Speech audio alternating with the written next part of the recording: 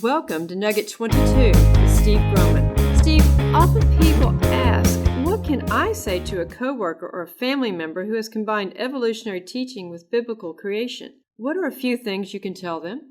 One thing I always start with people, if there is a controversy or a doubt or confusion, I like to remind people, right in the first verse of the Bible says repeatedly that everything reproduces after its kind. What's interesting is anybody and everybody can see that. Everybody has seen that dogs give birth to dogs and cats to cats and tomatoes to tomatoes and cabbage to cabbage. And it never combines and crosses over those lines. That seems like such a no-brainer, duh. But we have to remember, all the textbooks teach Darwin's tree thinking idea, where everything goes back to something else. And a lot of times people will say, well, I don't believe we came from a monkey, but evolution's true because, they've proven it.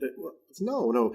You can't take a little bit of this and a little bit of that and try to combine them. There is no evidence that anything can turn into anything other than what it already is, and that's exactly what God says. Isn't it true that even evolutionists laugh at Christians who want to do some sort of combination or stick evolution into the Bible? They do, and they laugh and mock us a lot of times because, or if people come up against a point where they don't know what to do, they just say, well, God did it that way. The evolutionists laugh and mock at that because they know that that's not what happened, because they know they just made up this whole thing in the first place. It is kind of a mocking thing, but some other stuff, the Bible says that the earth came first on day 1, but day 4 came the sun, moon, and stars. But evolution teaches that 20 billion years ago, give or take, there was a big bang. Everything starts forming. Finally, 4.6 billion years ago came the earth. One has the earth first, universe last. Those are opposites of each other. You cannot combine opposites and have them make sense. The Bible says that the stars were created on day 4, but evolution says in that billions of years Big Bang time frame, everything is forming. Jesus says in Mark 10:6, for instance, he says, but from the beginning of the creation,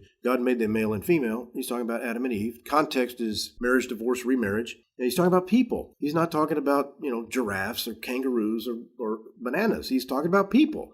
If Adam and Eve were here from the beginning of the creation, we can track that back. The timeline is in the Bible. The times are there. You can track it back. Can't get exact, but you can get close. But it's only a few thousand years. And if that was the beginning of the creation, then this place could not have started billions of years ago. And there are just many, many examples of where evolution says one thing, creation says another thing, and people want to try to combine those two, and it just can't be done because, again, you cannot combine opposites and have them make sense. Wow, that was a whole lot. Keep watching our nuggets, and while you're at it, tell 10,000 of your closest friends about our YouTube channel. Like, subscribe, hit that little bell, and tell others about our YouTube channel. Thank you.